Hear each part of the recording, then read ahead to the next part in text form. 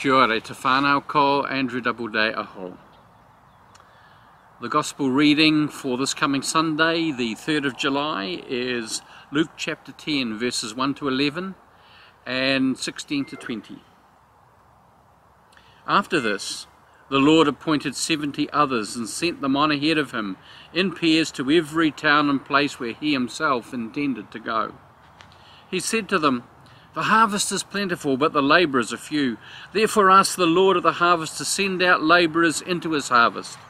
Go and say, 'See, I am sending you out like lambs into the midst of wolves.'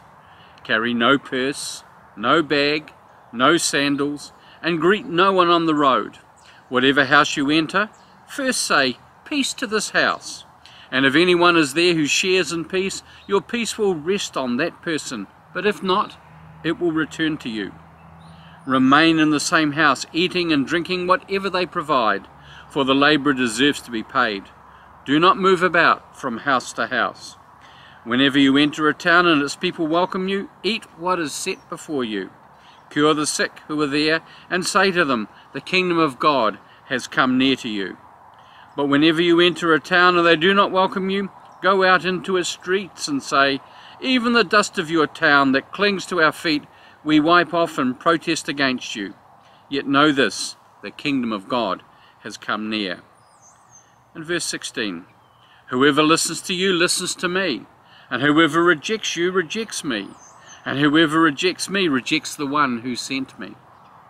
The 70 returned with joy, saying, "Lord, in your name even the demons submit to us." He said to them, "I watched Satan fall from heaven like a flash of lightning. See, I have given you authority to tread on snakes and scorpions, and over all the power of the enemy, and nothing will hurt you. Nevertheless, do not rejoice at this, that the spirits submit to you, but rejoice that your names are written in heaven." As you can see, I am in a different place. Currently sitting across the river from Alexandra.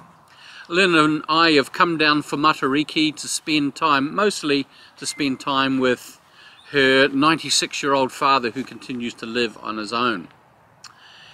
And so here we are. As you can see, I'm rugged up against the cold. We've got the car loaded. Before we came, we brought everything.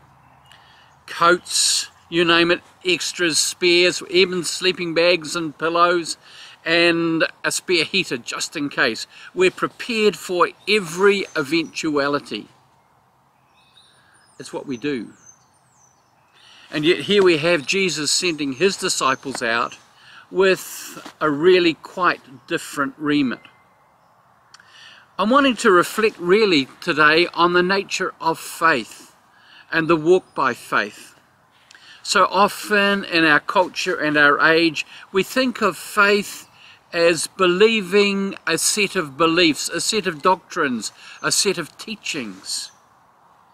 And yet it's my understanding, as I consider it more and more, that faith in the New Testament is based in believing in a person, believing in God, believing in Jesus Christ.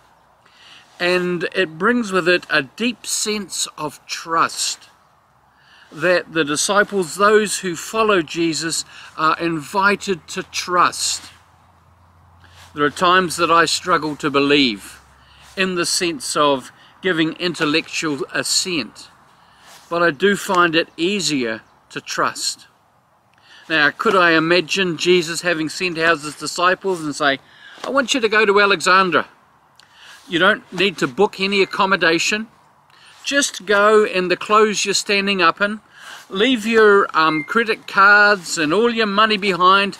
Just rock up and allow yourselves to trust me that I'm going to open the way before you." Because that, in a sense, is what he's doing.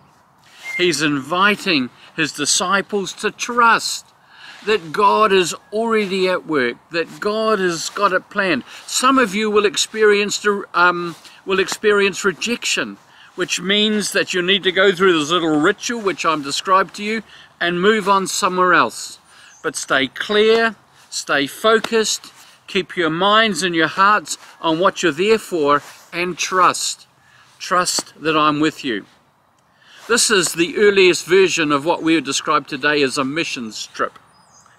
And Jesus is encouraging them at this point to step out into his call upon their lives and trust them for everything they'll need. For the most basic necessities of life, they will be provided. Don't go bouncing around, he says, from house to house looking for better options. Just settle into the one and receive openly whatever is laid before you. This, I want to suggest, is points something to the nature of faith. It's a willingness to trust God. It's a willingness in whatever situation we find ourselves to trust that it's all going to work out one way or another. There was a movie that I watched years ago that I really enjoyed. It was The Best Exotic Marigold Hotel.